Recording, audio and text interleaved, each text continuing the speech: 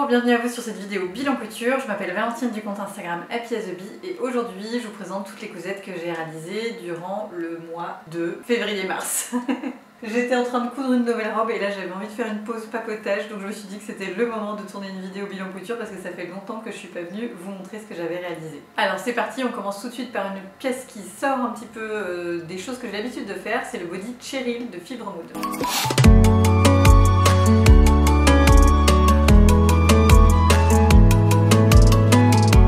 Les pièces en jersey ou en tissu comme ça un petit peu extensible, c'est pas trop ma tasse de thé, je me tourne rarement vers ce genre de pièces et donc là c'était quelque chose qui avait été choisi par Fibre Mood pour faire un live, pour apprendre 2-3 petits trucs et astuces. Donc ça m'a un peu sorti de ma zone de confort et c'est sympa parce que ça permet de tester de nouvelles choses. Je savais qu'il y avait ce body à coudre depuis assez longtemps. En fait j'ai appris que ça allait être cette pièce là à réaliser au moment où j'étais au Japon et donc comme là-bas il y a un choix de tissu énorme, je me suis dit que j'allais essayer de trouver un tissu un petit peu original pour coudre ce body et puis faire quelque chose que j'aurais pas pu faire. J'ai donc cherché un tissu un peu sympa qui sortait de l'ordinaire et je suis tombée sur un tissu un petit peu irisé. C'est un tissu avec un petit peu de lurex comme ça, assez sympa. Très extensible, très doux à l'intérieur parce qu'il y avait un peu une double face. En fait, il y a une première couche extérieure très douce et une couche extérieure un peu plus... comme il y a du lurex, en fait, ça gratte toujours un petit peu. Donc ça rend ce tissu quand même très agréable à porter malgré son effet paillettes et métallisé sur l'extérieur. Donc en soi, un tissu plutôt adapté à coudre Cheryl, un peu moins adapté à coudre en live parce que, en fait, comme c'est un peu deux couches qui sont collées l'une à l'autre mais qui ne sont pas non plus totalement solidaires l'une de l'autre, si jamais je venais coudre avec ma surjeteuse, il y avait certains endroits où en fait le tissu se séparait un petit peu en deux, donc c'était pas l'idéal pour coudre en live parce qu'en général en live on est un peu distraite, on est en train de regarder les commentaires, essayer de répondre aux questions et de l'autre regarder ce qui se passe sur sa machine à coudre et du coup j'ai un petit peu galéré. Je pense que j'aurais pu me faciliter la tâche en prenant un tissu un peu plus facile à coudre. Et donc durant le live j'ai vraiment galéré à poser la bande d'encolure qui était prévue très fine sur le patron et comme en plus mon tissu se dédoublait et roulotait sur lui-même, c'était pas idéal. J'ai donc décousu cette bande d'encolure en dehors du live et je l'ai recoupée un peu plus grande pour me faciliter la tâche. En plus comme je l'ai recousue toute seule le lendemain, j'étais à fond sur cette bande d'encolure, j'étais très concentrée et du coup le résultat est beaucoup plus sympa, mais le fait d'avoir décousu et recousu, j'ai un petit peu décalé mon V qui est pas parfait, donc c'est pas la pièce dont je suis la plus fière, c'est pas la pièce que je porterai le plus non plus, malgré le fait que j'adore le dos de ce body, je trouve qu'il est vraiment très sympa. Donc c'était chouette à coudre, je pense pas que j'en ferai d'autres. Donc dernier détail, je l'ai cousu en taille M, il taille plutôt bien, c'est Fibre Mood, moi je trouve que Fibre Mood ça taille quand même toujours plutôt nickel. Pas de conseil particulier, si jamais vous voulez le réaliser, vous pouvez regarder le live, je vous mettrai le lien dans la description. Je vous donne 2-3 astuces pour faire correspondre parfaitement les dessous de bras et pour réaliser une jolie pointe en V au bout du body. Et donc c'est tout pour cette pièce, on va passer à la pièce numéro 2 qui est encore bien une pièce d'hiver, c'est la veste Emi Jacket.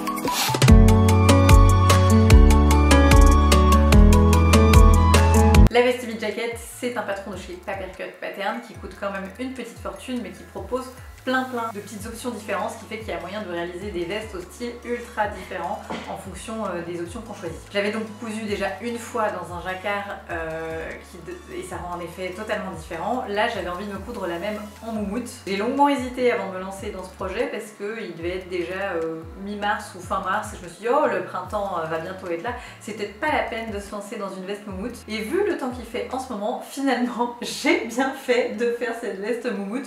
J'aurais peut-être même dû la faire imperméable. Enfin, en gros à Dijon comme tout le reste de la France il fait un froid de canard, on n'est clairement pas passé encore dans le printemps sympa et dans l'été et donc cette veste je l'ai déjà énormément portée, je sais que je la porterai aussi beaucoup à l'automne. Cette fois-ci je n'ai pas fait les poches paysannes parce que je me suis dit que ça allait être un petit peu compliqué dans ce Sherpa. J'ai bien fait parce qu'il était quand même un petit peu difficile à travailler. C'est un Sherpa de super qualité qui vient de chez Meter que j'adore, j'ai déjà cousu un pull Didi que je porte énormément, qui tient bien chaud dedans. J'avais pas eu du tout de problème lorsque j'ai cousu le pull Didi, mais là comme c'est des pièces un peu plus précises, enfin voilà, faire une poche passepoilée dans ce tissu c'est clairement très compliqué. Donc j'ai réalisé les poches normales sur les côtés, j'ai réalisé le col montant. Normalement c'est un col qui est amovible, mais là j'avais pas envie, enfin je savais très bien que je n'allais pas réaliser un autre type de col pour cette veste, donc j'ai préféré tout attacher d'un seul coup sans mettre les boucles. Ça m'a demandé un peu une petite gymnastique pour supprimer les deux parties qui se recouvrent l'une et l'autre normalement, puisque c'est une patte de boutonnage en fait. Donc là j'ai supprimé une des parties pour pouvoir attacher directement mon col montant sur le haut de la veste. J'ai réalisé un petit protège-zip en couleur contrastante parce que je trouvais ça sympa, et j'ai également fait une poche plaquée en couleur contrastante parce qu'en ce moment, si vous avez remarqué, c'est quand même un peu la mode des petites vestes en moumoute comme ça avec une cloche plaquée sur le côté, et je trouvais ça plutôt joli. En plus le velours qui lui aussi de chez Meter se travaillait très facilement, donc pour le coup ça a été assez facile de placer un zip comme ça sur le côté. Les manches sont limite un petit peu courtes et un petit peu serrées, je pense que c'est le fait que le tissu soit un petit peu volumineux, j'aurais peut-être dû rallonger un tout petit peu les manches. À l'usage en tout cas c'est ce que je me rends compte, je l'ai vraiment déjà énormément portée, et c'est la veste que j'enfile quasiment tous les matins pour emmener Anatole à l'école, donc elle est vraiment rentabilisée. D'ailleurs il me reste un petit peu de tissu, donc je pense que je vais réaliser une veste quasi similaire pour Anatole pour l'automne prochain. À la base j'étais censée lui faire pour cet hiver, mais là il grandit tellement vite en ce moment que je vais attendre que l'été soit passé et je vais lui coudre en un peu grand pour l'automne prochain, comme ça pourra lui durer tout l'hiver. Rien d'autre de particulier à dire sur cette veste que j'aime beaucoup. Le patron, je vous le dis, il coûte assez cher, mais je le trouve très bien fait. Les explications sont toutes en anglais, donc faut pas forcément être très à l'aise en anglais, mais il faut au moins être très à l'aise en couture parce que c'est une veste qui propose quand même pas mal de points techniques. Bien sûr, on n'est pas obligé de faire les poches paysannes, on n'est pas obligé de faire toutes les options les plus compliquées sur le patron si on est débutante en couture, mais malgré tout c'est une veste avec beaucoup de pièces à découper et beaucoup de points techniques à réaliser. Donc voilà, ça c'était ma grosse pièce technique du mois de mars, et on passe à une autre pièce que j'ai réalisée au mois de mars qui elle est beaucoup plus facile à réaliser, c'est les Sweet Lou.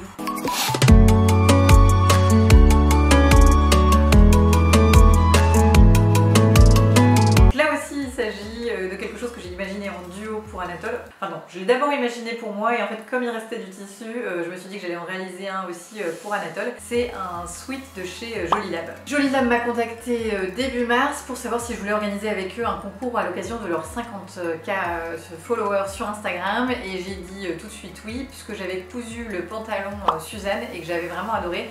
C'était ma première expérience avec les kits Jolilab, mais j'ai vraiment trouvé que les kits étaient ultra qualitatifs. En plus, à l'occasion des 50K, ils avaient sorti une collab avec Amy Jones du compte Studio Genesi. C'est une fille qui fait des super dessins dont j'adore à chaque fois les couleurs et le côté ultra pop, et donc ils ont fait toute une série d'écussons à l'occasion des 50K que je trouvais magnifique également, et donc ils me proposaient de me l'envoyer aussi, donc bien évidemment j'ai dit oui, j'étais ravie de les mettre en avant. Dans toute la collection il y avait plein de jolies choses, j'ai vraiment hésité parce qu'il y avait une blouse que je trouvais aussi magnifique, enfin voilà. Je savais pas trop quel patron choisir, et puis quand j'ai vu le Sweet Lou en rouge comme ça un peu coquelicot, j'ai tout de suite craqué parce qu'il y avait également la version enfant, et je trouvais ça chouette de pouvoir faire un duo avec Anatole. Et puis surtout que le rouge, moi c'est une couleur, voilà, c'est à peu près ce rouge là, c'est une couleur que j'aime beaucoup porter, je trouve qu'elle me va bien au teint, elle me donne bonne mine à chaque fois, et en plus je savais qu'un sweat à capuche ça ferait partie des basiques que je pourrais porter, parce que bon, sur mes vidéos Instagram et autres je porte souvent des choses extravagantes, mais le matin quand je suis en retard pour emmener Anatole à l'école, clairement j'enfile les premières choses qui me tombent sous la main, et dans ces moments là c'est bien d'avoir des choses un peu basiques comme un sweat à capuche. Alors pour moi j'ai choisi la version crop parce que je porte beaucoup de jeans taille haute, mais il existe également en version longue, et j'ai donc décidé de ne pas faire la poche sur l'avant parce qu'avec la version crop je pense que ça aurait pas été très joli. D'ailleurs je crois que ce n'est pas proposé par le patron. Dans le kit, vous avez donc tout nécessaire, le tissu, les bobines de fil, le cordon qui fait aussi toute la différence. Et le patron aussi est gradé également pour homme, donc je l'ai gardé précieusement si jamais un jour je voulais réaliser une version homme pour que toute la famille en ait. Ultra facile à réaliser, c'est un sweat à capuche, c'est un basique qui est quand même assez sympa à réaliser. Je couds rarement du jersey comme je vous disais, mais pour des sweats à capuche, je trouve ça assez sympa. Ravie du résultat, et comme il me restait un petit peu de tissu dans le kit et que Jolie m'avait également envoyé la version enfant du patron, j'ai dit que j'allais réaliser la même chose pour Anatole. J'ai donc découpé une taille 5 ans pour lui. Et elle lui va super bien. Je sais que l'été prochain, comme je vous disais, il grandit tellement, il ne pourra plus la porter parce que là elle est pile à sa taille et donc il risque de grandir un petit peu. Donc mon conseil c'est plutôt de surtailler si jamais vous voulez réaliser la version enfant. Pour le coup, lui, je lui ai mis la petite poche devant pour ramasser tous ses trésors. Si vous êtes maman, vous savez de quoi je parle. Et je lui ai ajouté un petit écusson parce que je l'ai trouvé trop joli. Moi j'hésitais tellement entre les écussons que finalement pour l'instant j'en ai pas encore ajouté un seul, mais il faudrait peut-être que je me décide parce que je les trouve canon. Et on passe à la quatrième réalisation qui est la robe mi-2016.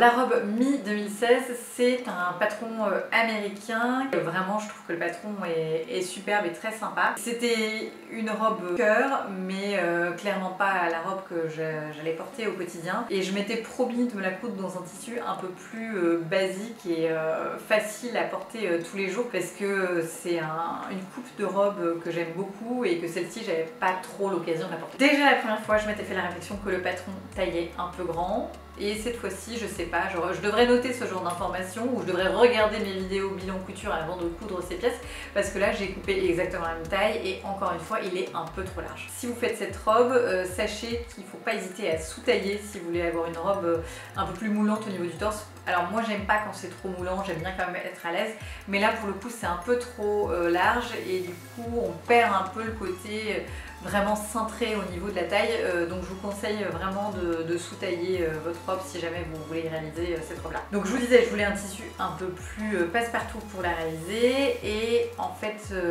j'ai reçu un tissu que j'avais repéré depuis chez longtemps chez Wested Fabric qui s'appelle Messy Vichy. Le tissu il ressemble à ça de base. Personnellement je trouve que le rendu est vraiment super sympa, mais ça rend ce tissu quand même un peu difficile à travailler. Comme je voulais que le haut de la robe soit opaque et pouvoir porter n'importe quel sous-vêtement en dessous, j'ai décidé de doubler entièrement le haut de la robe. Donc ce que j'ai fait, c'est que j'ai découpé mes pièces en double, à chaque fois dans le tissu Messy Vichy et dans un tissu de doublure. Alors ici c'est un ancien drap. Alors moi en gros je n'aime pas du tout les doublures synthétiques, je trouve que c'est de mauvaise qualité, ça a tendance à être transparent et surtout ça sent pas bon. Donc pour mes doublures très régulièrement je vais chez Emmaüs et j'achète des draps, des grands draps assez fins quand même en coton, j'en ai pour 2-3 euros maximum et ça me permet de faire des doublures en coton, je trouve ça plus simple. Une fois que j'avais découpé mes pièces dans le tissu Messy Vichy et dans la doublure, je les ai assemblées, donc j'ai posé l'envers du Messy Vichy sur l'envers de la doublure et en fait vous pouvez le voir ici, j'ai fait une couture droite tout du long pour maintenir les deux tissus ensemble. Donc bien évidemment, même si le haut de la robe est doublé, j'ai dû faire attention aux finitions intérieures puisque finalement ça faisait comme si j'avais qu'un seul tissu. Mais bon, après on surjette et on fait un tissu comme si c'était pas doublé, enfin ça pose pas de problème. Donc voilà la robe finie, j'ai également doublé la jupe. Et vraiment je suis très contente du résultat. Cette robe, gros avantage, a des poches ultra sympas et ultra confortables. C'est ultra pratique quand on est maman et qu'on veut transporter un ou deux trucs. J'adore les manches que je trouve vraiment très jolies et très réussies. Et donc encore une fois ça fait une robe assez volumineuse parce que finalement avec le coton en dessous c'est un tissu qui a pas mal de tenue, mais je pense aussi que cette robe peut être très sympa en viscose. Donc la prochaine fois que j'ai une viscose je vais vraiment essayer de réaliser cette robe. Cinquième robe dont je voulais vous parler ici, c'est la robe Zimmermann. Alors j'ai fait une vidéo complète sur le sujet, donc je vais vous mettre le lien de la vidéo juste ici. C'est une robe que j'ai réalisée avec la méthode de la coupe d'or. Très contente d'avoir enfin testé cette méthode pour la première fois. Pour être totalement transparente et honnête avec vous, c'était un partenariat, hein. Ils m'ont contacté pour que j'en parle sur Instagram. J'ai fait une vidéo YouTube aussi parce que à chaque fois que je fais une robe fais-le toi-même, je fais des vidéos, enfin voilà, donc j'étais contente de le faire. Très contente d'avoir testé cette méthode parce qu'elle m'intriguait depuis très longtemps. J'ai été vraiment très étonnée de la façon dont le fit tombait, j'ai rien retouché et la robe me va vraiment comme un gant. Donc vraiment très épatée, très contente. Ça mériterait d'être approfondi sur une deuxième pièce. Je pense que je vais essayer de me coudre une deuxième pièce avec cette méthode d'ici cet été pour vraiment tester quelque chose de totalement différent, peut-être un pantalon ou quelque chose de plus ajusté avec des pinces pour voir si vraiment ça tombe aussi bien que ce premier essai. C'était peut-être juste la chance du débutant. J'ai choisi de tourner la vidéo pile au moment où mon mec a une réunion à côté. J'espère que vous l'entendez pas trop. Donc robe Zimmermann très sympa. Maintenant faut que je trouve un prochain projet fais-le toi-même. J'ai déjà plein d'idées en tête et ça m'a fait plaisir de refaire cette vidéo parce que ça faisait longtemps que je voulais faire une vidéo de genre là. Sixième pièce dont je voulais vous parler ici, il s'agit du top BK de chez Fibre Mood. C'est pareil, c'est une pièce que j'ai cousue en live avec vous.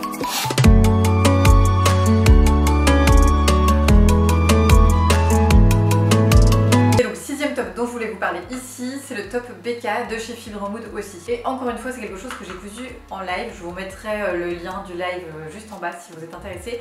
Et c'est pas une pièce vers laquelle je me serais tournée habituellement parce que je n'aime pas particulièrement mes bras, enfin en tout cas toute cette zone là. Et donc j'évite de prendre des tops un peu trop courts parce que je trouve que c'est pas forcément ultra saillant pour moi. Malgré tout, j'étais assez contente de tester parce que pour le coup c'est un patron quand même très original avec des baleines sur le côté, chose que je n'avais jamais réalisée. Donc j'étais super contente de me lancer dans cette nouvelle technique. Donc voilà les baleines en question dont je vous parlais ici. J'ai donc réalisé des petits tests avant de me lancer puisque c'est quelque chose que je n'avais jamais fait. Ça, ce sont des baleines, ça s'appelle du rigilène. Je l'ai trouvé chez ma petite mercerie et en fait c'est une baleine que l'on vient coudre directement. Il y a des baleines, vous savez, où on fait une coulisse et puis on vient mettre la baleine, on vient glisser la baleine à l'intérieur pour faire des corsets par exemple. Celle-ci, c'est une baleine qui est un peu différente puisque c'est une baleine où on peut piquer à travers, on peut directement mettre un point dessus et c'est ce type de baleine qui est utilisé pour le top BK. Donc en gros, le top BK, il y a une encolure en V ici assez rigide et en fait, c'est deux morceaux de baleine qui sont collés, qui sont cousus comme ça de part et d'autre de l'encolure et qui maintiennent toutes ces petites fronces ensemble. Donc j'étais assez contente de tester, je trouve que c'est assez sympa. Finalement, ça couvre quand même assez toute cette partie-là que j'aime pas. Donc même si on voit le début de mes bras, je trouve ça quand même assez saillant et élégant. Il est quand même très volumineux comme top, surtout que moi je l'ai réalisé en coton. Donc c'est une matière qui garde quand même pas mal de volume. En viscose, il aurait eu un rendu totalement différent. Par ailleurs, je l'ai cousu en taille M et il est quand même plutôt ample. Pour ce top-là, j'aurais bien aimé sous-tailler en S. J'ai pas réfléchi, j'ai fait comme d'habitude ma taille habituelle, c'est-à-dire M. Mais ça serait à refaire, je referais une taille en dessous, la taille S. C'est pareil, ça fait très habillé, c'est pas le genre de choses de tenue qu'on peut porter au quotidien, mais je trouve le rendu assez sympa. J'ai rien d'autre à dire de particulier sur ce top. Je suis pas sûre de le coudre de nouveau parce que je suis pas forcément ultra fan des petits plis que ça crée au niveau du bas de l'encolure. Je le trouve assez sympa, je suis très contente de l'avoir cousu. D'ailleurs j'ai commandé pas mal de baleines en rame parce que j'aimerais bien me faire un top un petit peu corset comme ça. Donc je me suis dit que si je l'avais au moins j'aurais pas besoin de le commander parce qu'à Dijon on n'a pas énormément de mercerie. Donc c'est parfois difficile de trouver ce genre de fourniture. Et puis j'ai un petit peu de tissu là que j'aimerais bien transformer comme ça. Mais voilà, très contente de l'avoir cousu. Ça change un petit peu aussi de ce que je couds d'habitude et j'aime bien parce que ça m'a fait découvrir une nouvelle technique. Voilà, c'est tout pour les cousettes du mois de mars et avril. J'ai pas tant cousu que ça ces 2 derniers mois. 6 pièces en 2 mois, c'est pas énorme. Tout simplement parce que j'ai déménagé et donc j'étais à fond dans mon emménagement, dans le rangement. Et puis c'est vrai que mon énergie créative en ce moment j'ai envie de l'utiliser à rénover aussi certaines pièces, enfin en tout cas à changer un peu le style des pièces. Donc j'ai pas cousu tant que ça. Là j'ai 2 robes qui sont en cours de finition, que j'ai bientôt fini. On peut l'apercevoir d'ailleurs derrière. Ce sont 2 robes Rosalie à partir d'un patron que Promode sort dans 3-4 jours. Donc au moment où la vidéo sera montée, il sera déjà sorti, donc je peux me permettre de vous en parler. Un patron donc de chez Promode, qui va sortir et que je trouvais assez sympa, donc je suis contente de pouvoir le mettre en avant aussi. Je vous en parlerai dans mon prochain bilan couture. Et puis sinon, dans les projets que j'ai très envie de réaliser, j'ai un dessus de lit que j'avais acheté chiné sur Vinted, que j'ai très envie de transformer en veste. J'ai pas mal de petites envies, de petites choses à réaliser. C'est pareil, j'ai une nappe brodée que je veux transformer. C'est plus en fonction du temps que je verrai quel projet passe en priorité. Si vous avez suivi le bilan couture, c'est dans ce coton que j'ai réalisé le petit top BK. Il m'en reste plus de 2 mètres et je vous le fais gagner. Donc je vais tirer au sort un des commentaires de la vidéo. N'hésitez pas à laisser un petit commentaire pour me dire ce que vous en pensez. Et je tirerai au sort un des commentaires. Voilà, plutôt que ça dorme dans mes placards, autant que ça vous soit utile et j'espère qu'une personne pourra le transformer. N'oubliez pas également de m'ajouter votre petit pseudo Instagram, ça me permettra de vous contacter plus facilement si vous êtes sur Instagram. Je vous souhaite une excellente fin de journée, à très vite pour une autre vidéo YouTube, n'hésitez pas à vous abonner si ce n'est pas déjà fait. Belle journée!